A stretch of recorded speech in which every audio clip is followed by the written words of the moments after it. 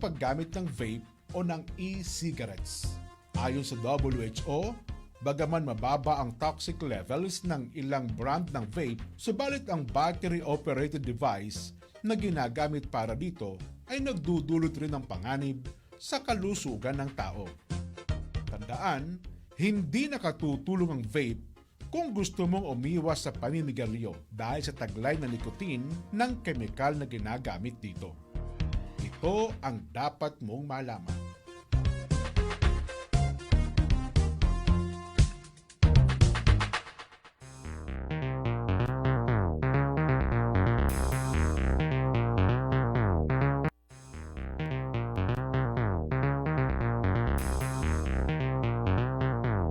Ayun, sumasa inyo po, Radio Agila sa Amerika. Ako po si Don Orozco at muli araw po ng Sabado, siyempre, magkakapiling po tayo sa isang oras ng ating kwentuhan at talakayan.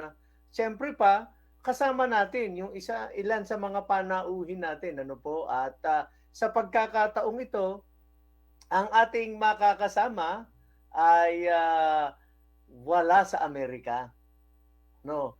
Kaya sabi nga natin malalaman natin ngayon kung ano ang klase ng pamumuhay naman. Sabi nga nung tayo mga bata pa ang pinakikinggan natin lagi US versus Russia, 'di ba? Kaya hindi na natin patatagalin pa, ano po. Ipakikilala na natin itong ating panauhin, ano po. Siya po ay naka-based sa Russia. Nako, at alam po ninyo, ito sabi nga, produkto ng Coronadal, South Cotabato. Doon po siya, kaya medyo malayo sa Maynila, sa ating himpilan, at mas malayo ngayon sa piling ko dahil sa nandun naman siya sa kabilang Ibayo. Kaya tatlo ngayon. Kayo nasa Pilipinas, ako nandito sa Amerika, at ang kasama natin, walang iba kung hindi si Miss EJ Merced. Hi, EJ! Hello, sir. Naimbag nga aldaw kada tayo amin apo. Maayong udto sa aton tanan nga mga abyan dira sa South Cotabato and magandang tanghali po sa ating lahat na taga-subaybay sa Pilipinas. Ayan, nako. At tayo po ay wag niyong kakalimutan, tayo po ay live na live rin, no, sa ating Facebook page, sa Radyo Agila Facebook page. Kaya kung kayo po ay nandyan sa Facebook, sundan niyo po kami dito sa ating Radyo Agila sa Amerika Facebook page ng Radyo Agila. At siyempre pa ay ang pag-uusapan natin una ay malaman nila EJ kung sino ka at kung ano ka at ano. So ipakilala mong maigi sino ka at para sa kaalaman ng ating mga tagapakinig. Doon ako po ay isang taga South Cotabato pero ako po ay lumaki at nagtapos sa North Cotabato, particularly in Cabaca, North Cotabato. Doon po ako nag-graduate ng aking college. So after that, I was employed in different private companies sa Pilipinas, namely the Philippine Tobacco Corporation. That was my first employment. The second was with the Dole Philippines in Pulomolok, South Cotabato. And then I work also with San Miguel Corporation. And then I was employed sa city government ng Coronadal. With the city mayor, the special project ng ating city mayor before. And then I was abroad also sa vice mayor's office under the Sangguniang Kabataan Federation, ex-officio member. And then after that, naputol po yung ating employment sa local. So I was hired by the national sa DSWD. Kami po yung nag-identify nung ating mga recipients ng 4Ps. Yung aming project is yung pag-identify ng mga beneficiaries sa areas po ng Cotabato City, Mhm. at saka South Cotabato, and so part of the North Cotabato also. I was the area coordinator the time. And then after no project, meron tayong chance na pumasok sa Russia.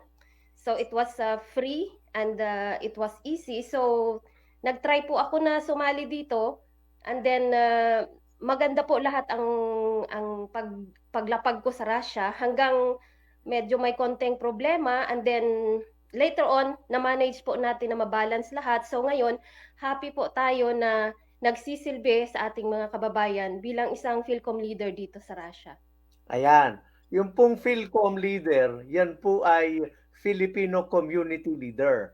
At ang iyong Opo. grupo na kinaaniban ay itong Filipino Volunteer Leaders Association in Russia. Tama ba? Opo. Opo, Sir Yan. Don. Opo, Don. Ayan, 'di ba? So, maya-maya ipakikita rin natin sa screen ano po sa ating Facebook page yung mga ginagawa nung kanila. Alam niyo naman ay para malaman po ninyo na sa bawat komunidad ng bawat lugar sa iba't ibang bansa, meron pong bumabangon na mga community leaders katulad nitong si EJ Merced, ano po? At sabi nga natin, napaka-aktibo niya at laging nakikipag-ugnayan doon sa embahada ng ating Pilipinas diyan sa Russia. Kaya maya-maya i-share niya rin sa atin yung mga bagay na yon, ano po. Pero una, gusto nating ipaalam, ano, EJ, sa ating mga Opo. kababayan. Una, sabi mo ay libre kang nakarating sa Russia. So Opo. papaano ikwento mo sa amin kasi sa mga nakikinig gusto nilang malaman ano yung ginawa mong paraan para ikaw ay makarating ng Russia ng libre at kung ilang taong ka na ngayon diyan sa Russia. I came here in 2012, siguro magna 9 years na po ako dito, Aha. ngayon sa Russia. So papaano ka naman nakarating ng Russia? So parang Maliban sa pagsakay ng eroplano ha? opo, sir. Actually, it was really maybe plano po talaga siguro ng Diyos. Kasi po naputol yung employment ko sa Pilipinas, so mahirap tanggapin. But then tinigan ko po, gusto kong pumunta dito. Actually, sila po yung unang kinausap ng isang agent. And Aha. then, pumunta sa bahay, hihiram po sana siya ng pera dahil gusto niyang mag-process ng kanyang passport. So, na-curious ako dahil that time wala akong trabaho. Sabi ko, kumali nga din ako. Sabi ko, try ko nga, baka may chance din. So, kasi ayokong magpahiram na baka walang assurance, baka loko-loko lang nila yon. So, I tried, and then kinausap namin through Skype yung agent.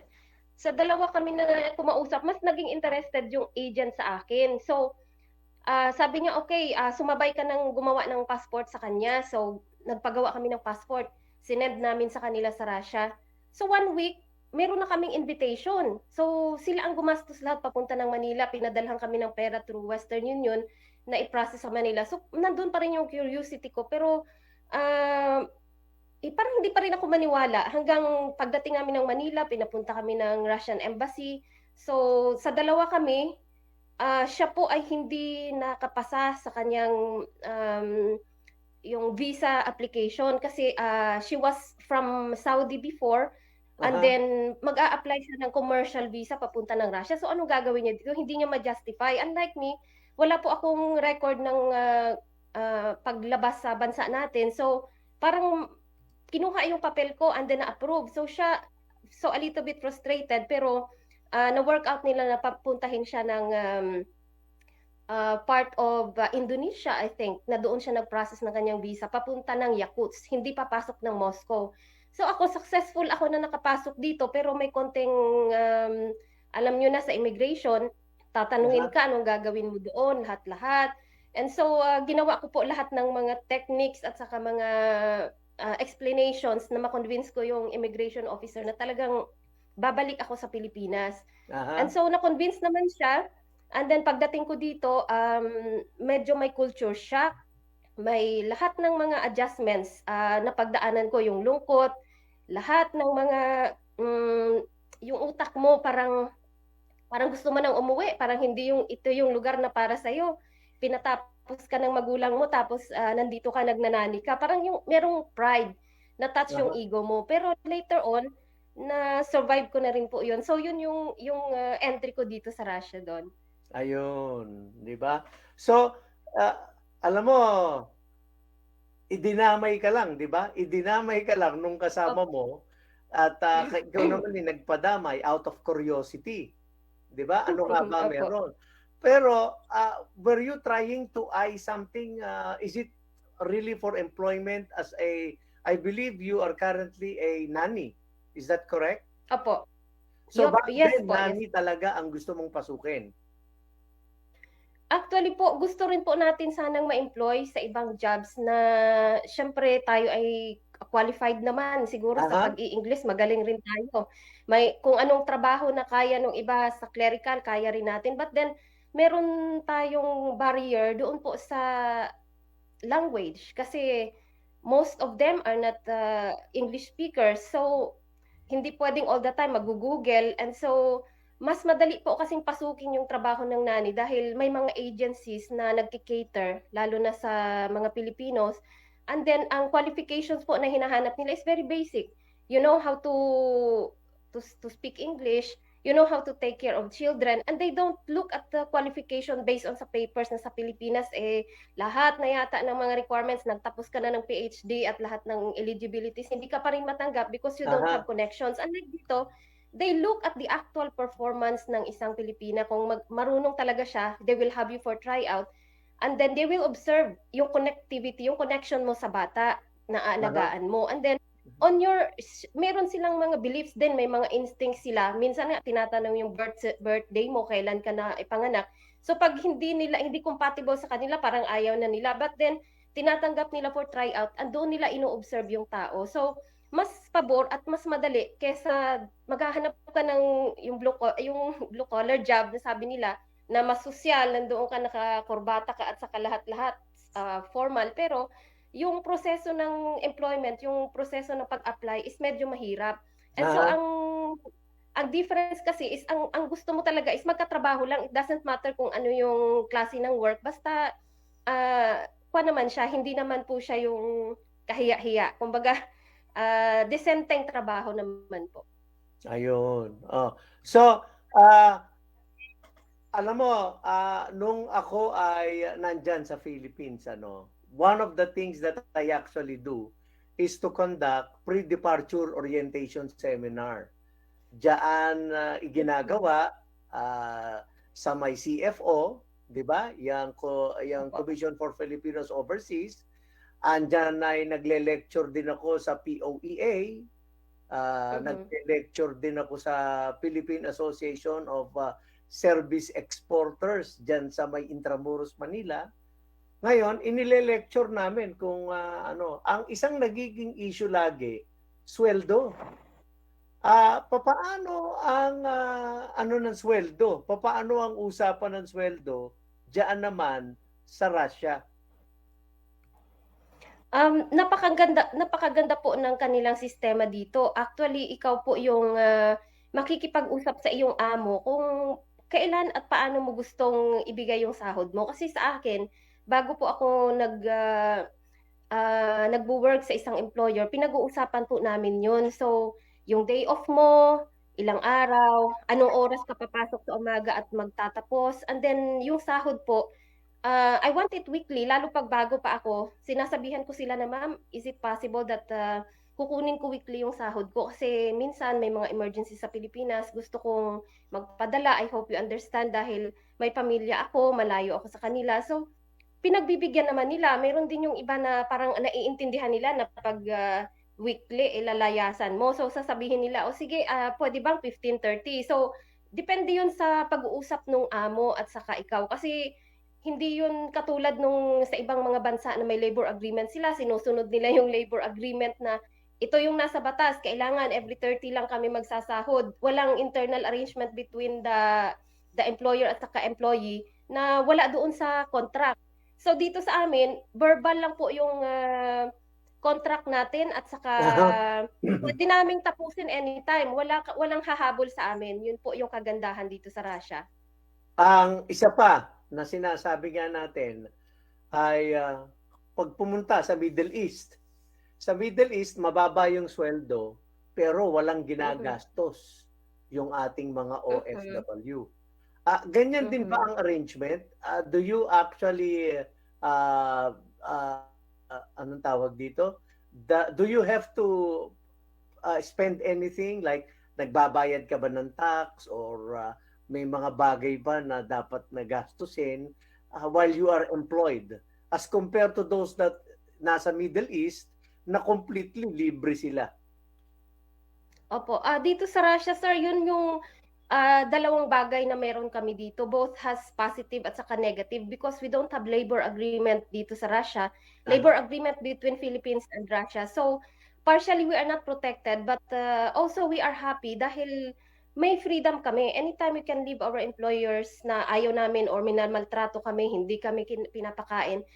And yung pagpunta dito, sa iba po, kasi sa akin, iba po yung entry ko dito. But yung usual, yung mga iba pong kababayan natin, they spent a lot of money.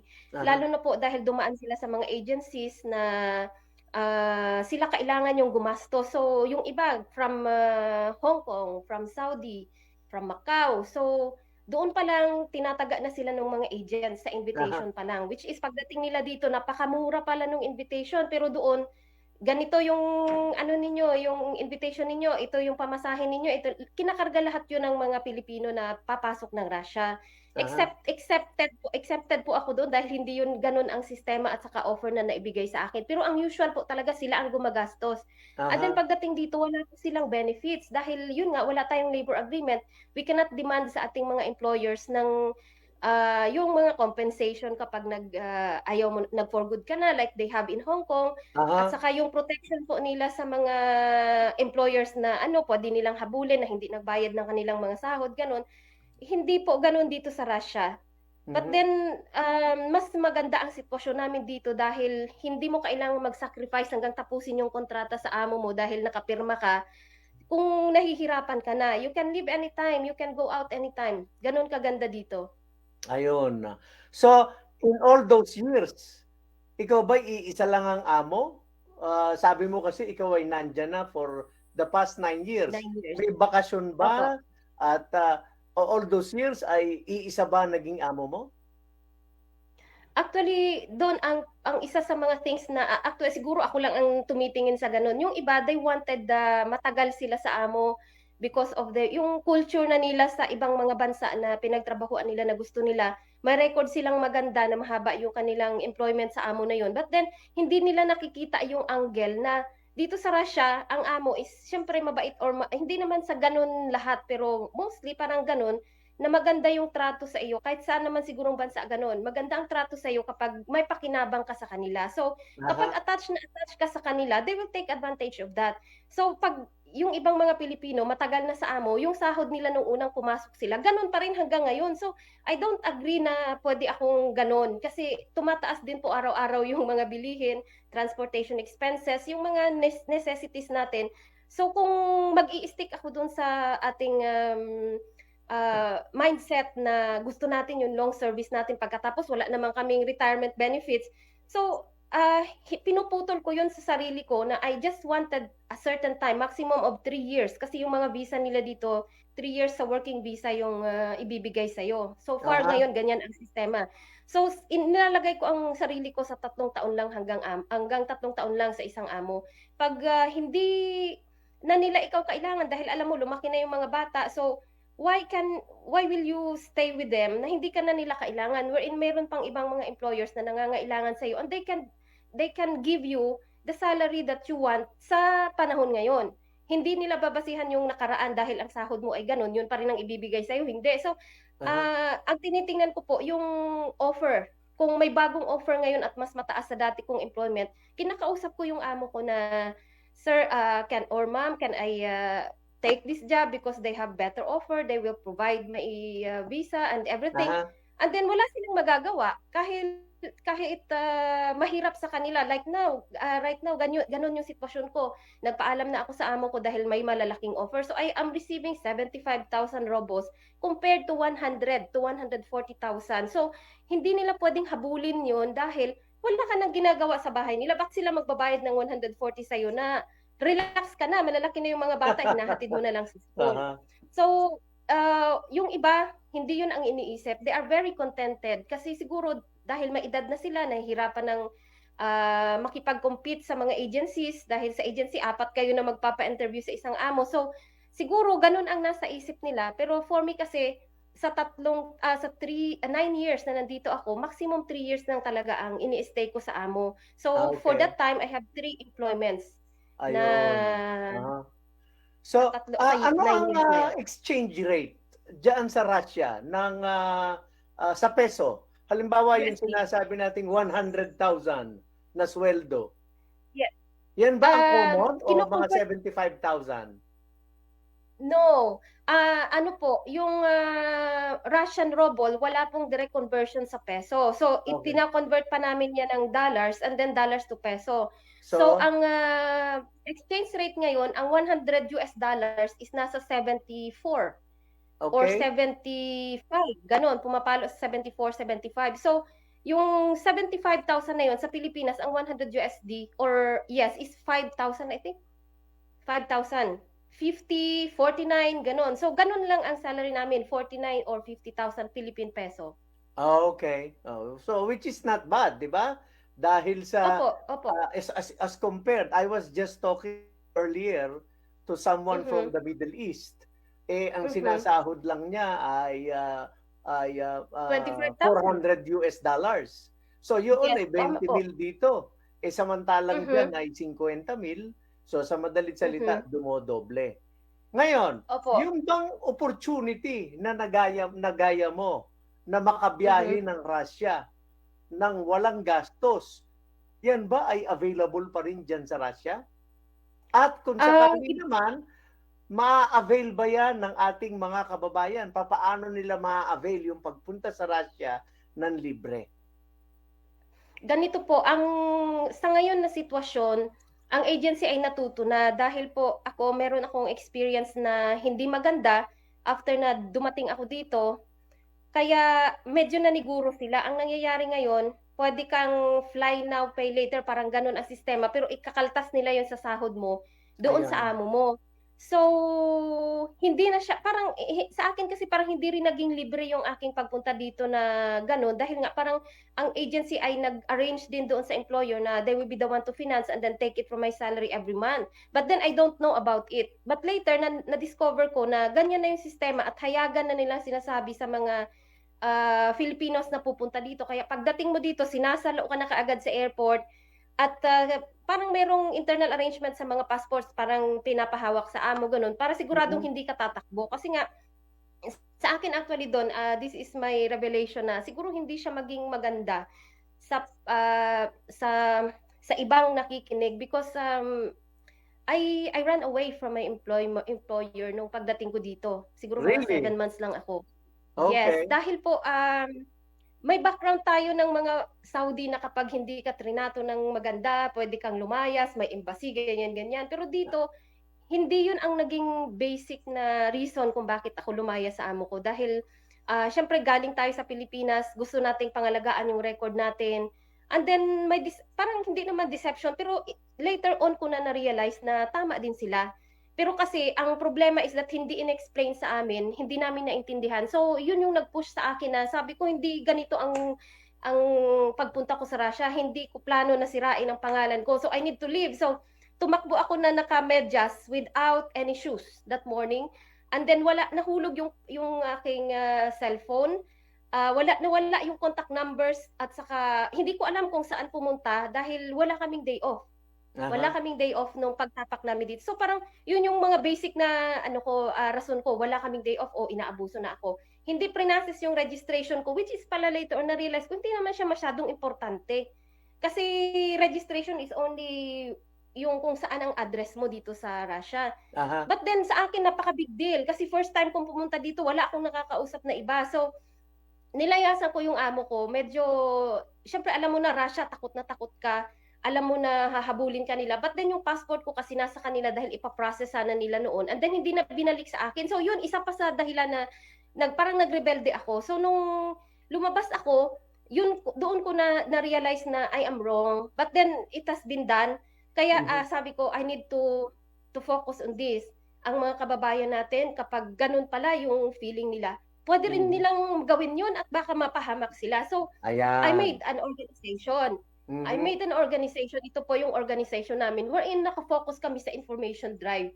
Yung mga pagpapaliwanag kung paano yung ganito, yung other solutions para hindi po yung mga Pilipino gagawa ng mga bagay na ikasasama nila. So doon po Ayan. nag-start yung aming organization. Nako, alam po ninyo, sa mga sumubay na medyo humabol lang sa pagkakataong ito, ang kausap po natin ay si Miss EJ Merced. Mula po siya sa Coronadal, South Cotabato, no? At nandito po siya naninirahan, hindi dito sa akin sa California, no?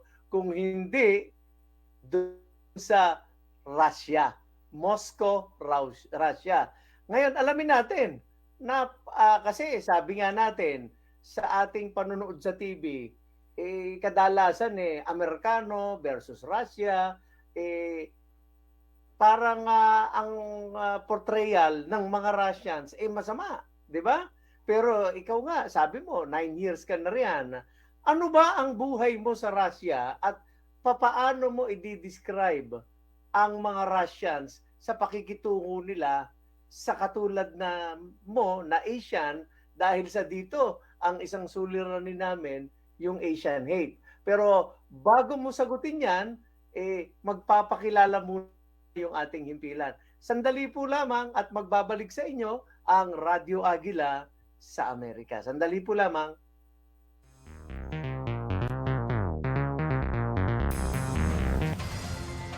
EBC, Eagle Broadcasting Corporation. Ito ang Radyo Agila.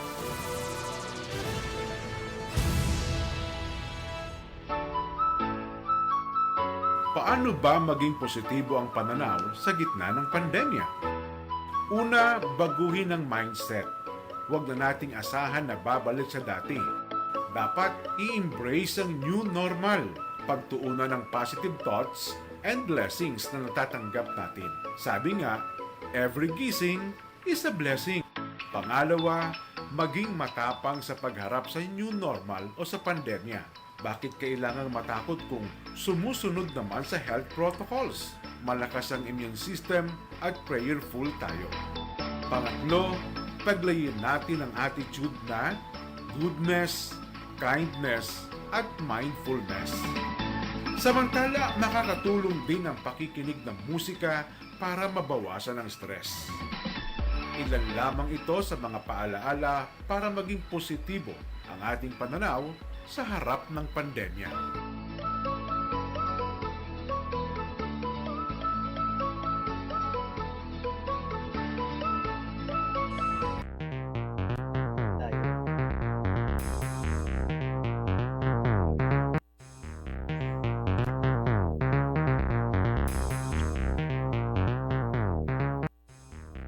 Nagbabalik po ang Radyo Agila sa Amerika.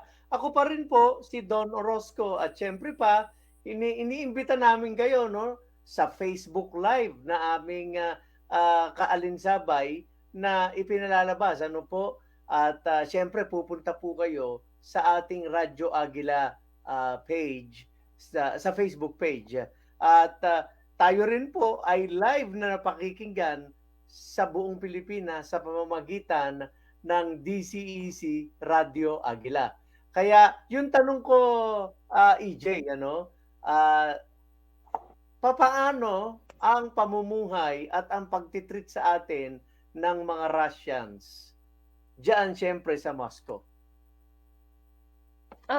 Sa akin po, sa personal kong experience, maganda po ang trato nila. They will provide you the basic needs. They will provide you an accommodation. May sarili kang lutuan, may fridge. They will also, yung ibang mga amo, especially sa akin, nagpo-provide talaga sila ng amount para sa pagkain ko in a month na mabili ko lahat ng gusto ko dahil iba yung pagkain ko sa kanila. Yung iba wala po nun, kasali na lang sila sa budget ng kanilang amo, pero sa akin, well provided po yung mga needs ko, and then I have an allowance sa mga shampoo, sa mga sabon, and other amenities po, yung mga basic needs ng natin. Aha. And yung sa pag-ano po, sa pagtrato nila as hindi sila, they will let you do what you need to do, and then they will just come back and check on it, and then sasabihin nila kung ano yung mga hindi mo nagawa or something na kailangan mong gawin pa.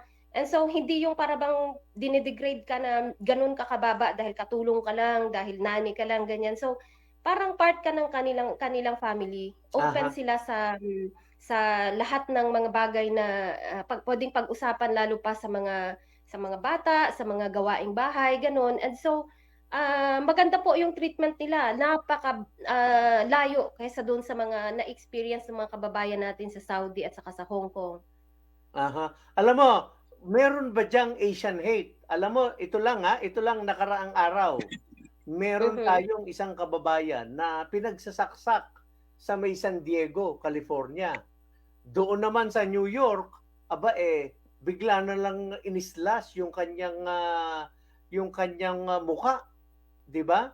At hindi lang Oo. tayong mga Pilipino, pati ang mga incheck, itong mga iba't mga lahi na Asyano, nagiging biktima ng Mhm. Asian hate crime. Meron bang Asian hate crime na nagaganap diyan sa Russia?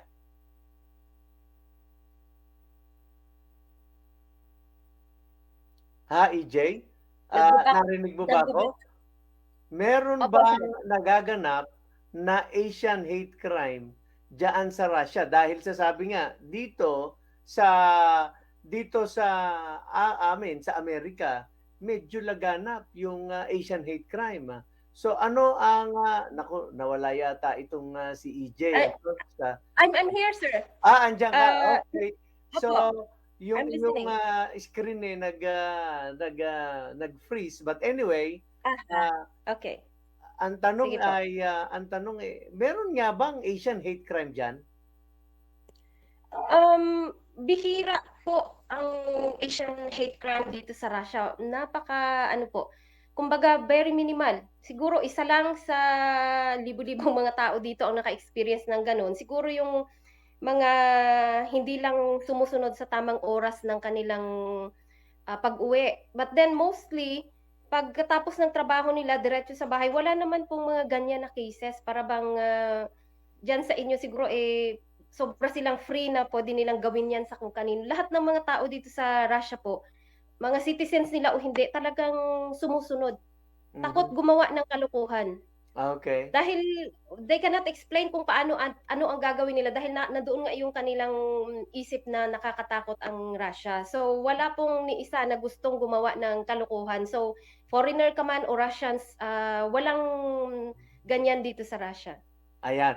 Meron bang problema diyan na language barrier?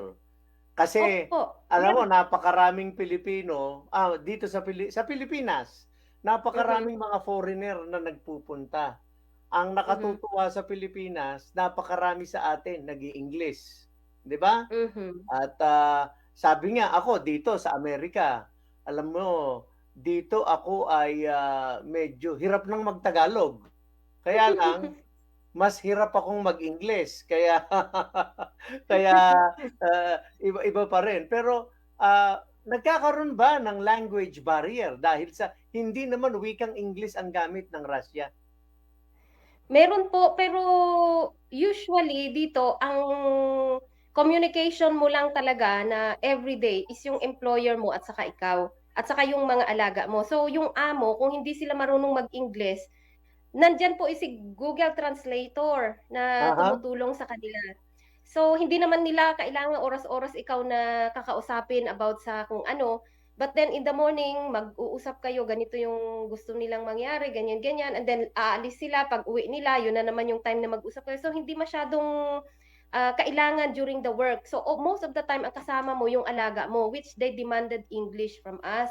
So okay lang na hindi sila masyadong kumakausap sa amin. Ang importante yung alaga namin Inglesero at Inglesera na after 1 year. Siguro Mhm. yung mga gano'n na time. So, sa ibang mga hindi mo kilalang mga tao, hindi po talaga usual yung makikipag-usap ka sa kanila. It's because, number one, hindi mo kayang i-explain yung sarili mo kung hindi sila marunong mag-English. At the same time, parang kultura ng Russia na kapag hindi nila family or close friend, they don't talk to you. At the same time, Okay. they don't even smile to you. Meaning that wala silang intensyon na makipag-usap sa iyo dahil alam mo na yung yung barrier ng language. Ayun. Pero madali bang magtanong? Madali bang magtanong? Halimbawa, ikaw ay nasa isang lugar at ang alam ko, ang means of transportation nyo dyan ay train. Mhm. So, siyempre, Ngayon, ikaw halimbawa, ako ay bagong dating dyan. Ano ba ang mga signs na nakalagay sa mga train station at meron ba akong mapagtatanungan na maiintindihan ako sa wikang Ingles? meron po ngayon sir sa panahon ngayon na before nung FIFA World Cup wala po. Pero after ng FIFA or during the time in preparation ng FIFA World Cup, ginawan po nila ng English translation yung mga pangalan ng metro. So sa mga metro pagpasok mo meron ng pangalan ng English doon, may mga instruction in English. Pero before po nung pagdating namin dito wala talagang ngangaka. Pagdating mo ng metro, yung pangalan lang ng metro ang babanggitin mo, wala kang ibang sasabihin, you cannot explain to them na dito ka gustong pumunta. At tuturo mo na lang yung map. Ito, ganyan, dyan. Parang naiintindihan na nila na doon mo gusto pumunta, i-guide ka nila. So, ganun lang. Ayan. Okay na po Tinitingnan ngayon. ko yung mga picture na inilalabas natin sa ating Facebook page. Ito, at nakikita ko ay mukhang nakasama ka nung dumalaw yung ating si Pangulong Rodrigo Duterte. Ito ba ay ikaw tong halos katabi niya di ba? Mhm. Ano Opo, ang sir. naging reaksyon ng mga Pilipino? Alam mo, mahal na maraming OFW ang nagmamahal sa ating Pangulo, di ba? Ano ang reaksyon nila nung dumalaw ang ating Pangulong Duterte diyan sa Moscow, sa Russia? Napakasaya po ng ating mga kababayan. Actually, nung mahabang istorya po yung pagdalaw ng ating presidente dito. That was 2 times na nag-attempt siya. Sa second time lang siya naging successful. Kasi nung una, nagkaroon po ng emergency return si Pangulong Duterte nung pumunta ng Russia dahil nga nandoon yung kasagsagan ng Marawi siege. So Aha, instead na ipagpatuloy yung activity, umuwi siya ng Pilipinas. So nabiglaan. pinadala po niya. Opo, bigla. Pinadala po niya sa meeting ng mga Philcom si Robin Padilla to explain lahat nung dahilan kung bakit siya umuwi. And so I was kung makita ninyo may ano rin, may mga photos din ako na sinend sa inyo na Robin Padilla was humalik po sa ating kamay dahil I speak in behalf of the Filipino communities na sabi Wow. ko, hindi sumakit yung loob namin na hindi natuloy dahil naintindihan namin yung pag-uwi niya and then we are hoping that someday he will also come back. And then nangyari po talaga yon, nangyari. And then hindi ko rin inaasahan na during that time, i-interviewin ako ng Malacanang press group na dalawa kaming in-interview dito sa Russia. I don't know ano yung purpose. So I just go on, nakisama Aha. lang tayo at kinausap din sila. But then pala yun yung i-feature nila doon sa kanilang welcome program sa kay PRRD. So nakita rin po ng mga kababayan natin at ng mga taga-Russia yung interview na yun. So Ayun. part kami dahil Philcom leaders, in-invite talaga kami doon sa gala night sa 4S Hotel. That is a 5-star hotel na nasa tabi ng ating Kremlin kung Aha. saan nag-o-office ang presidente. So we are invited for a gala night kasama ang ating president. So yun yung mga pictures namin na kasama siya.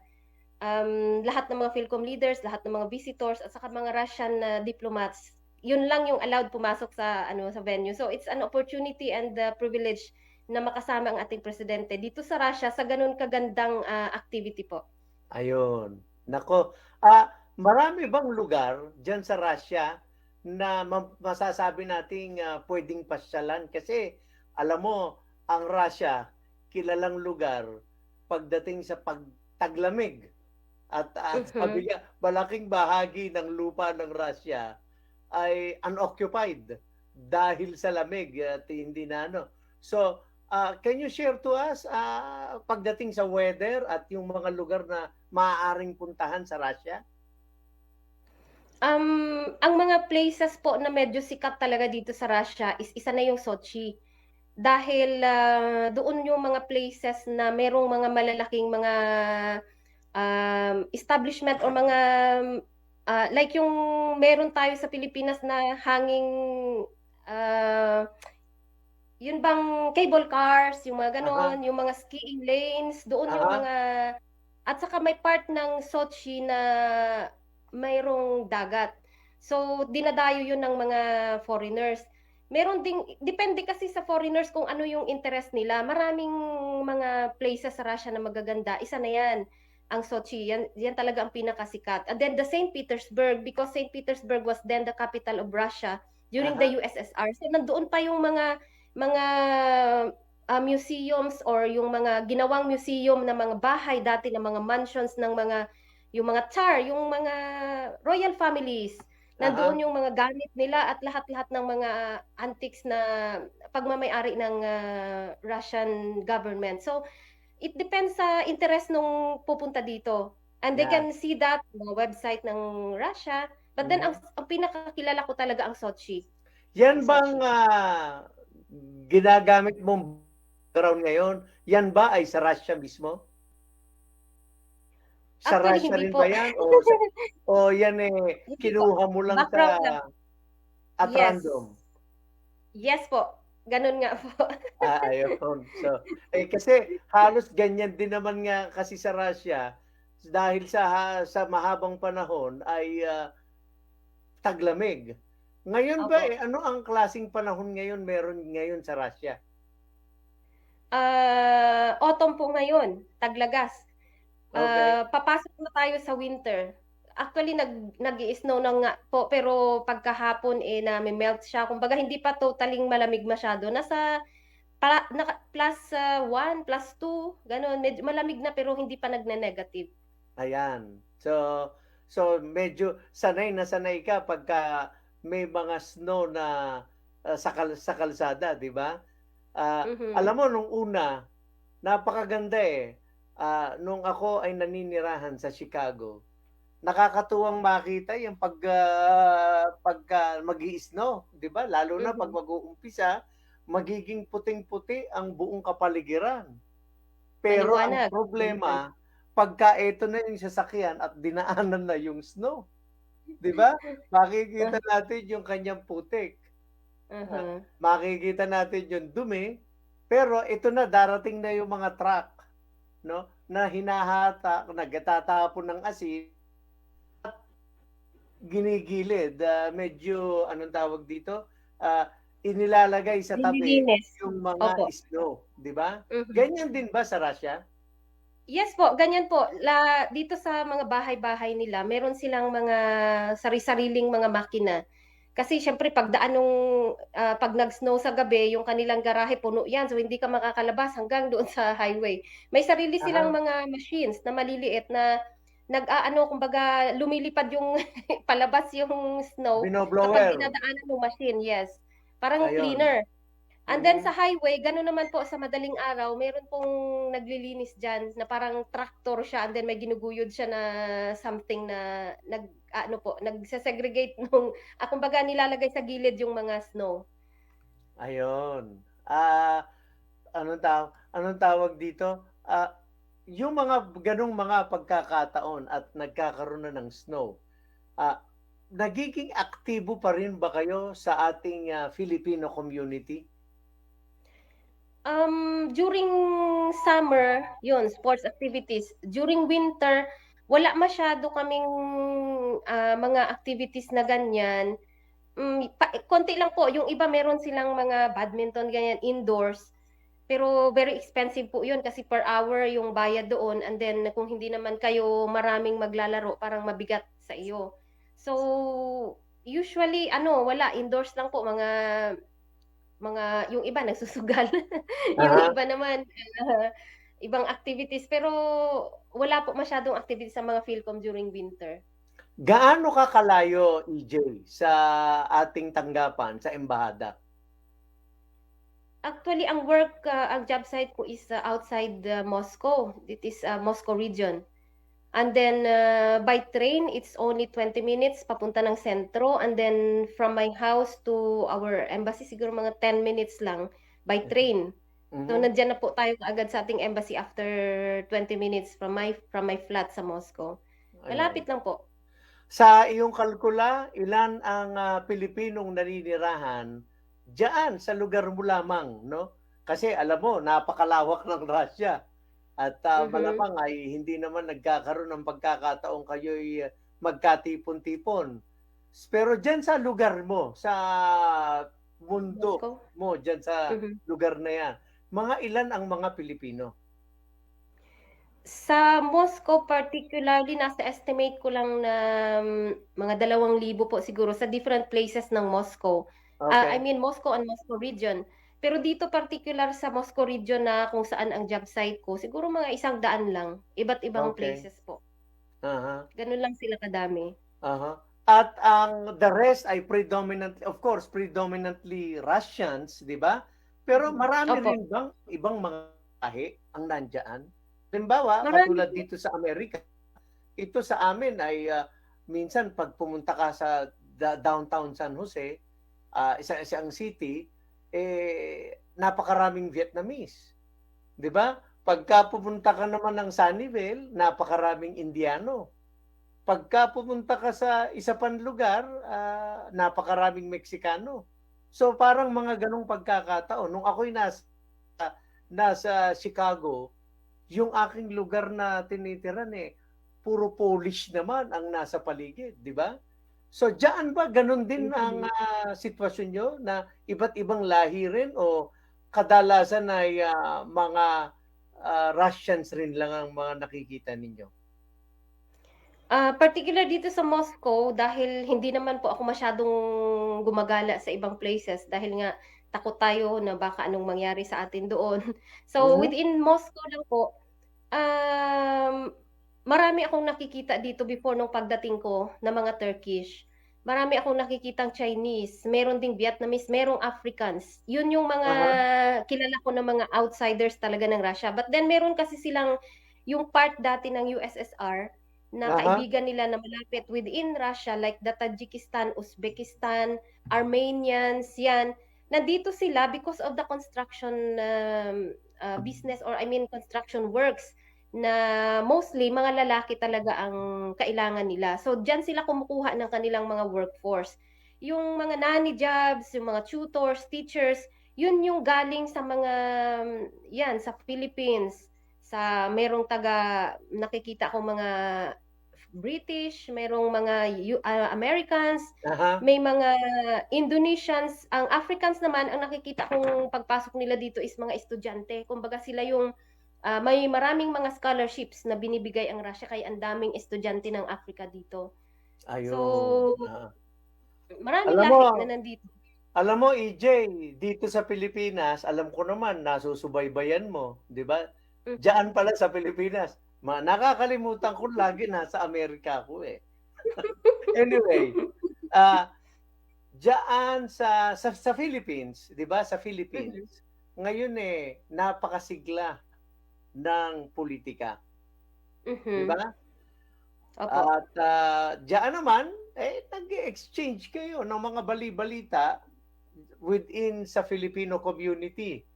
So Mhm. far meron tayong ilang presidential candidates ano na nandiyan na sino ba ang nakikita mong medyo lamang o nakikita mong marami sa ating mga kababayang OFW diyan sa Russia ang kanilang napupusuan? Nakikita naman po siguro ninyo sa mga post namin, talagang BBM po ang Russia. Lahat ng mga communities dito ay BBM po sila. Mailan-ilan lang po yung nagpapakita na parang pink sila, na parang yellow sila, pero natatakot silang mag-show up dahil baka kuyugin sila ng mga BBM supporters. Gano'n Kasi ba?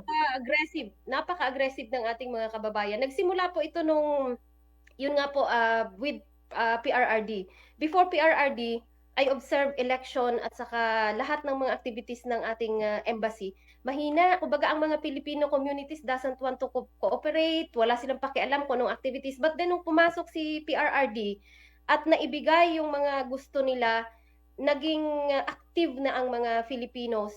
Kaya pinapakita ko rin sa kanila anong benefit nun. Kung magkaisa kami, kung Mhm. ano yung prerequisite nung, kumbaga yung result ng aming intact na support. So nung si PRRD, we've got a lot of benefits na noon hindi nila inisip na magkaroon sila. So now napaka-easy na i-convince ang ating mga kababayan dito sa Russia na ito yung suportahan natin dahil mas maganda kapag nagkakaisa tayo at iisa yung sinusuportahan natin. So, now, mostly, talagang BBM. Dahil ako po, BBM supporter po talaga ako. BBM Sara actually. Ganun ba? BBM Aha. Sara. Yun po ang aming stand ngayon.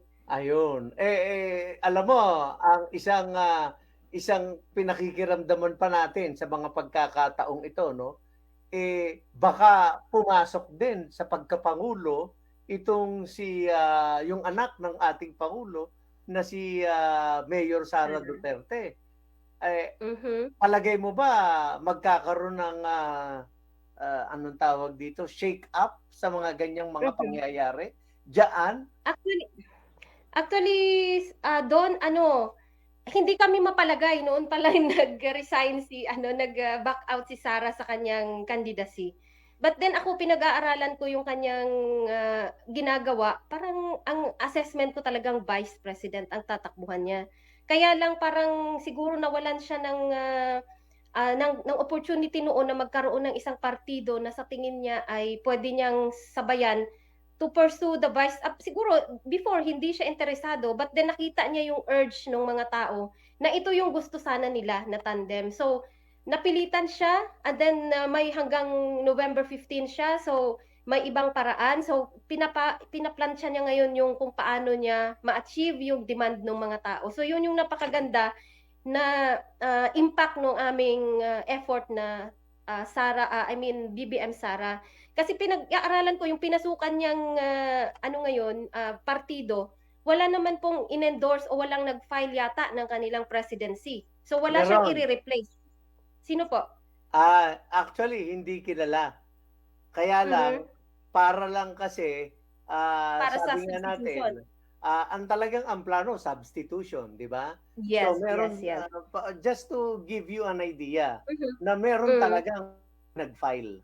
Pero palibhasa Imbita. nga ang ating, sistema pagdating sa eleksyon, merong substitution na ika Mhm. nga, ito nga ang sinasabi ng batas hanggang November 15, eh may mga pagkakataon, meron silang pinag-file na presidente tsaka vice president, 'di ba?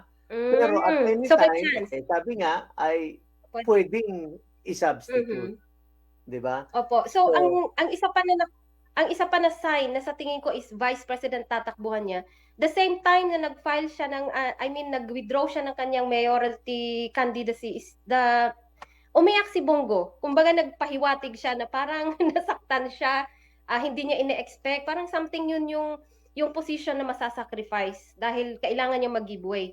At the same time, hindi ko nafi-feel kay Sara na talagang interesado siyang maging presidente. Ang gusto lang niya is that she will be a part of a very strong government.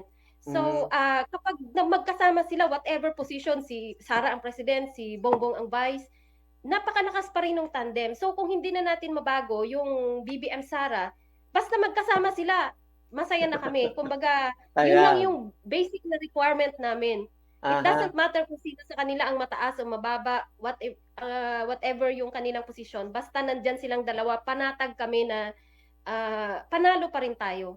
Kamusta naman, EJ? Kamusta naman ang, ating, embahada? Kasi, talagang sabi nga natin ay, kailangan ng mga Pilipino ang assistance ng ating embassy at ng ating mga konsulada. Diyan ba meron ding konsulada o nananatiling isang embassy lang o may tanggapan ding ibang lugar?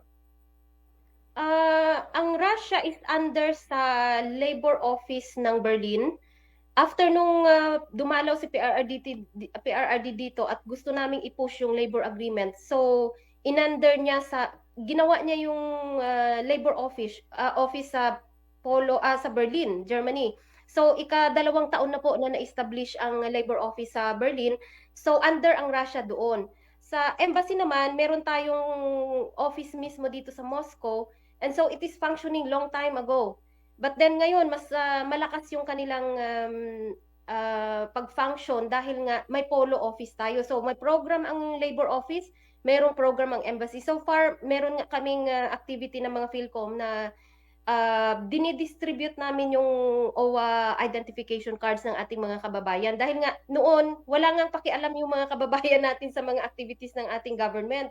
They don't care. But now, habang pinupush natin na kailangan maging bahagi sila at they have availed po yung ating yung binigay po na subsidy ng ating government noong pandemic.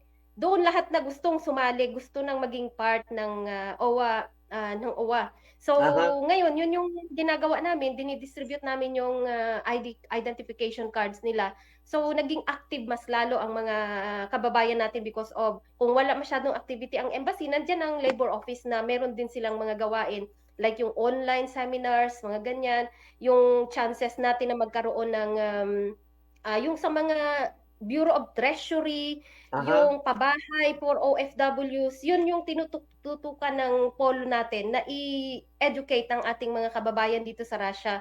Where in our embassy, nandun sila sa usual, sa mga passports, sa mga SPAs, yung mga ganun na mga matters. Sila ba ay madalas mag-outreach dyan sa mga communities, sa mga Filipino communities? Kasi alam mo, dito sa Amerika ay siguro kami ay pumapalo sa mga around 5 million Filipinos ang nandito, no? At mga 3 milyon ay nandito sa California. Di ba? Kaya medyo talagang marami. Kaya nga nitong nakaraang overseas registration na-overwhelm ang ating mga konsulada. Meron sa LA, sa Los Angeles, California, meron dyan sa San Francisco, California. Pero kung mananawagan naman ng mga bagay na pagdating sa mga parang proyekto, hindi masyadong nagpapatulan di ba? Ikaw, EJ, alam mo, sabi mo nga, ikaw ang nagdi-distribute ng OWA na card, ano? At isang malaking difference siguro dahil dito sa Amerika, ang marami dito immigrants, hindi mga OFW. Pero sa mga OFW na nakikinig ngayon, panawagan mo sa kanila at ipaliwanag mo sa kanila ano ang kahalagahan nung pagiging miyembro ng OWA. Sa ating mga kababayan na mga OFWs, kailangan po talaga natin na maging member ng OWA dahil po ang gobyerno natin ay merong responsibility. So if we don't have connection with them, how can they help us?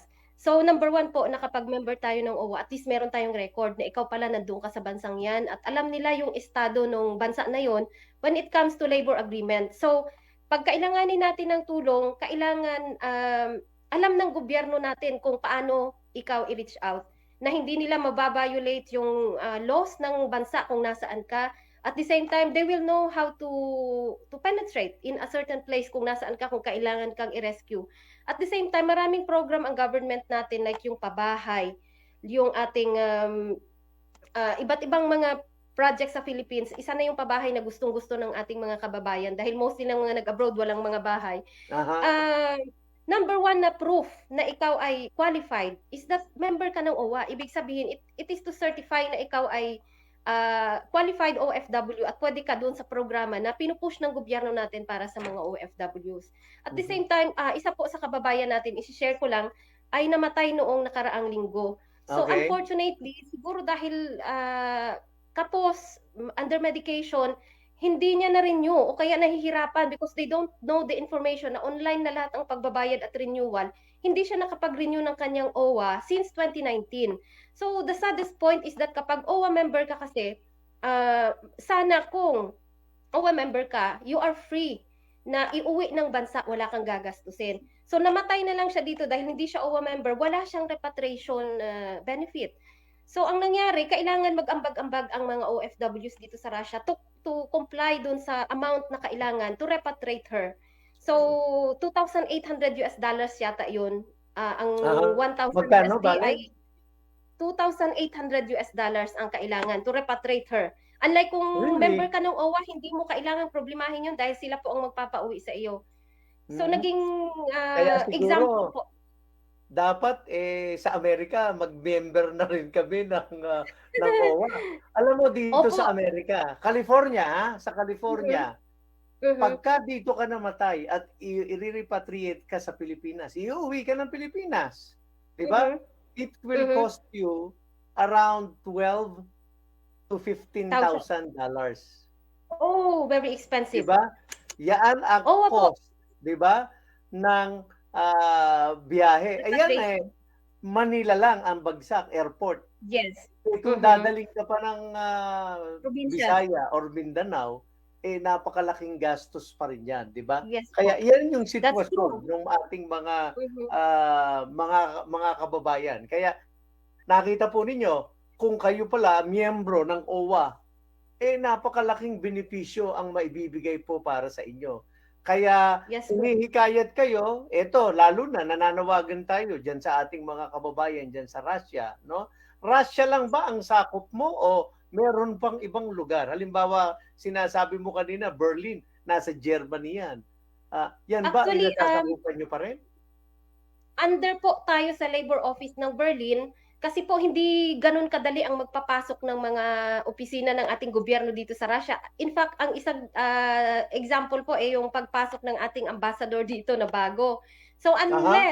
until na inapprove ng gobyerno ng Russia kung kailan niya gustong papasukin ang ambassador na yan dito, hindi po makakapasok yon. So hanggang ngayon, wala po. So kung ihintayin natin na aprubahan nila yung labor office dito sa Russia, wala pa pong labor office sana ang Russia. So ang ginawa nila sa sa Berlin nila nilagay, but then under ang Russia sa Berlin.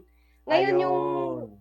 yung sistema ng hindi naman namin masyadong pinoproblema for as long as we still have the communication online. Hindi masyadong hindrance 'yon. Ayan. EJ, punta tayo, family matters, ano? Mhm. Ikaw ba ay nag-iisa diyan o may pamilya ka ba? Ang pamilya mo ba kapiling mo o nasa Pilipinas? Solo po ako dito. No, actually, noon pinaplano kong dalahin sila dito, pero sa sistemang ganito at unstable dito, mas mainam nang nasa Pilipinas sila. We have more freedom. At Mhm. saka, temporary lang tayo dito sa ibang bansa. Hindi pwede na dito tayo hanggang mamatay na tayo dito. Hindi naman ganun yung pangarap ko sa buhay. Ang akin is that while my mom is still kumbaga healthy at saka able na mag-alaga ng anak ko at hindi pa nagrereklamo na uuwi na talaga ako dahil ayaw niya nang bantayan yung anak ko. So, I still need to work here Aha, kasi dito yung opportunity. Nandito yung ayan. opportunity na walang maraming problema na kailangan mo magpasipsip sa kung kaninong appointing authority, walang Aha, kailangang maraming requirements to employ. So, as is, masaya naman lahat kahit long distance. ayun. Nag-iisa po ako dito. Ngayon, palibasta't ikaw taga Coronadal, Cotabato, 'di Mhm. ba? Tanggapin natin ang katotohanan na yang Mindanao napakayamang lugar 'yan 'di ba? Opo. Pero tanggapin rin natin ang katotohanan na napababayaan ng ating pamahalaan yang Mindanao. Sa palagay mo ba itong panahon ng ating Pangulong Rodrigo Duterte na bigyang pansin? Kasi ito yata ang sa kauna-unahang pagkakataong nagkaroon tayo ng presidenteng taga Mindanao. Nabigyan ng pansin, halimbawa partikular yan lugar mo, diyan sa Coronadal, sa Cotabato?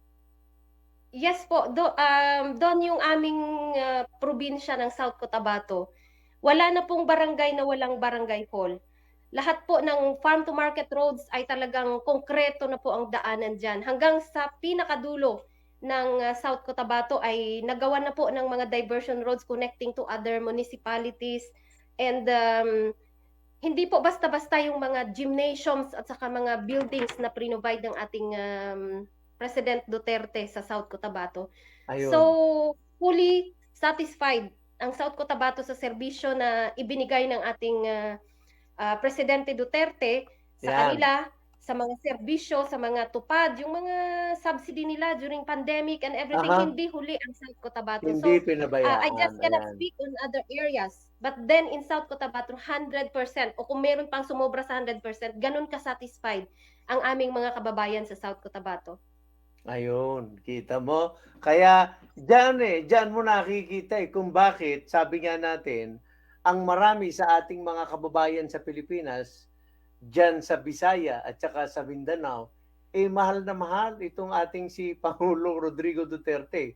Sa kabila ng mga intriga nga sa mga intriga na patuloy na binubugbog itong si Pangulong Rodrigo Duterte. Pero bago tayo magwakas, gusto ko sanang nasa iyo yung pagkakataon na sabihin sa ating mga kababayan ang sentimiento mo o mga nararamdaman mo bilang isang Pilipino sa nangyayari sa ating pamahalaan at siyempre yung kalagayan mo dyan sa Russia. EJ? Sa ating mga kababayan dyan sa Pilipinas, sa aking mga kamag-anak at kapamilya, wag po ninyong alalahanin masyado kami dito sa Russia dahil so far we are safe, we are healthy, and we are being taken care of by our embassy ng ating gobyerno. So tinututukan po nila yung pangangailangan natin. Yung dyan naman po sa Pilipinas, we are thanking our President Rodrigo Roa Duterte dahil hindi po niya pinabayaan ang aming lugar sa South Cotabato. At sana po sa ibang mga lugar pa din po ay ganun din ang makuha nila ng mga proyekto galing sa ating gobyerno. Sa mga voters po ng 2022 election, hindi po kailangan kung kanino at kaninong partido sila. Ang importante po, nandoon at nakikita ninyo yung kanilang sincero na gustong maging part ng ating good governance. Yung mga tao na nagpahalaga sa ating mga pangangailangan, sa ating yung construction ng ating mga farm to market roads and yung mga infrastructure, sabihin na lang natin. And yung tunay na gustong magbigay ng kanyang serbisyo, hindi yung gusto lang na kumuha ng something from our government. And you know who are they? Hindi ko na po kailangang banggitin. But then, nasa inyo po lahat ang pagpapasya at ako po ay nagdarasal sa ating lahat na maunawaan ang mga bagay-bagay sa ating pamahalaan at sa ating bansang Pilipinas. And I'm hoping everybody will be very more stronger by sa kanilang health at sa kanilang finances in coming days kasi we are still on a pandemic. And I'm always praying for everyone na maging stable sa ating mga buhay-buhay. Yun lang po. Ayun. Nako, maraming salamat sa pagkakataong ibinigay mo sa amin na EJ, At again, sabi ko nga, magkakaiba tayo ng oras. Diyan sa Russia, anong oras ngayon sa pakikipag-usap sa pagkakataong ito? It's 8:16 a.m. po dito sa Russia. 8:16 a.m. na, 'di ba? Dito po sa California ay 9:16 p.m. 'Di ba? Oh. Sa Pilipinas naman ay 1:16 in the afternoon. Kaya iba-iba yung oras natin. Kaya salamat EJ sa pagkakataong ibinigay mo at yan po, nakita ninyo ano ang uri ng pumuhay ng ating mga kababayan dyan po sa Russia. At maaari ka bang i-PM, i-private message kung sakaling itong ating mga taga-subaybay merong nais itanong dyan sa Russia tungkol sa pamumuhay sa Russia, EJ? Oo naman po. I am welcoming everyone kung ano yung mga information na kailangan nilang malaman at gusto nilang malaman. I am open for whatever. Yan. Nako, maraming salamat sa iyo, EJ, at sabi nga, sana ay hindi ito yung una, pero hindi sana ito ang huli nating pagkakataon na tayo ay magkasama-sama at magkapiling ng ganito. Ano po? Yan po si Miss EJ Merced. Siya po ang Filipino Community Leader sa grupo po na Filipino Volunteer Leaders Association in Russia. Maraming salamat, EJ. At bago po tayo bukas, nais lang natin batiin ang ating ilang mga taga-subaybay. Siyempre pa, yung mga nagko-comment sa Facebook, basahin natin itong sila BD Visales, si Ernie Dolar, yan, mga suki natin yan. Si Angelo Redha, si Guy Lim, si anong tawag dito, si Jing Miranda Hernandez. Itong kausap natin kanina si EJ ay SK, Sangguniang Kabataan. Tayo, Jing, ay Kabataang Barangay. So, nahalata tuloy tayo medyo mas matanda. Tapos, siyempre, ayan pa, si Emmy Chongson Coloma. Kasama mo yan dyan sa Russia. Yes, Maraming salamat Yes, po sa inyong pakikinig. At siyempre, itong suki nating si Glorita de los Santos at ang asawa niyang si Mario de los Santos. Muli, maraming salamat po sa ating napakagandang lalaki na technical tech guy, si Gracious Pascual, si Jonas. Napakagwapo po niyan pag nakita nyo ng personal. At syempre pa, sumain nyo ang programang Radyo Agila sa Amerika. Ako po si Don Orozco mula rito sa Silicon Valley, California. Magandang araw po sa inyong lahat.